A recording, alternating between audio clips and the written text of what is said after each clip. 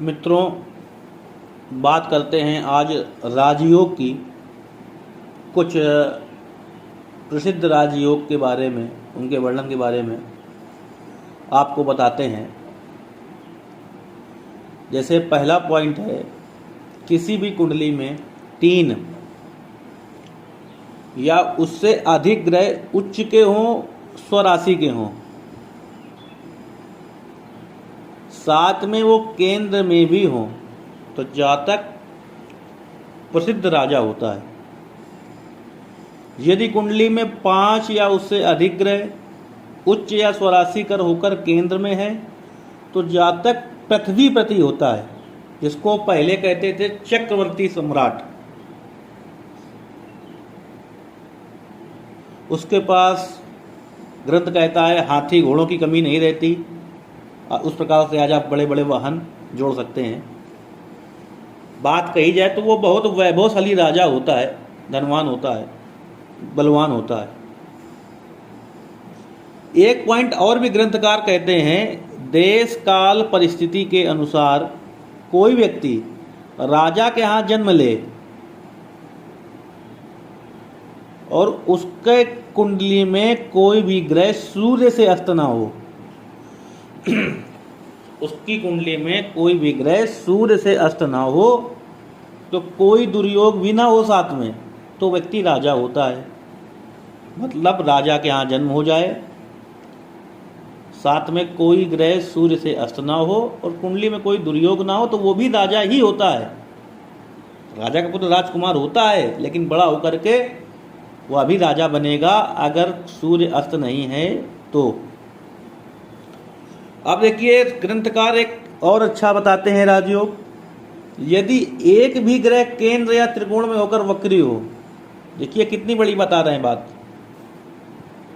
यदि एक भी ग्रह केंद्र में या त्रिकोण में उच्च का होकर के वक्री हो, नीच का होकर के वक्री हो,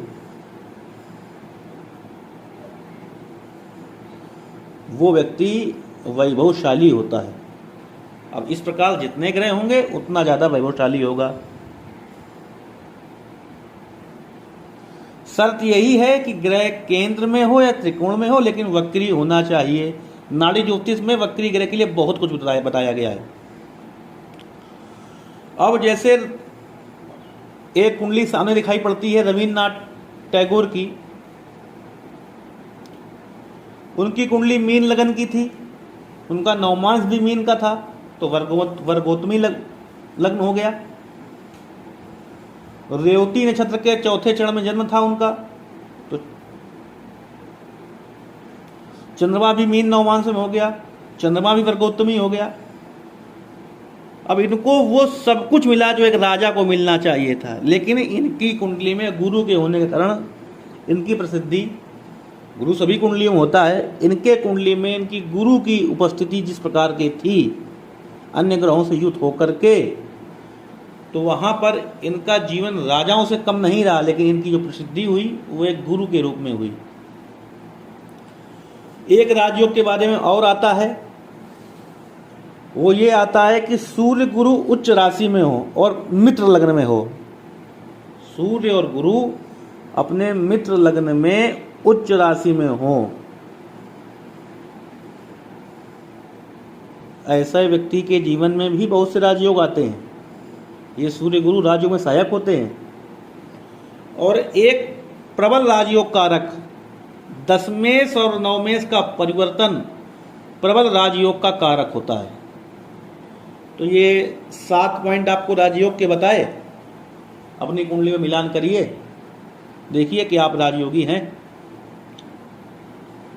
जय श्री कृष्ण।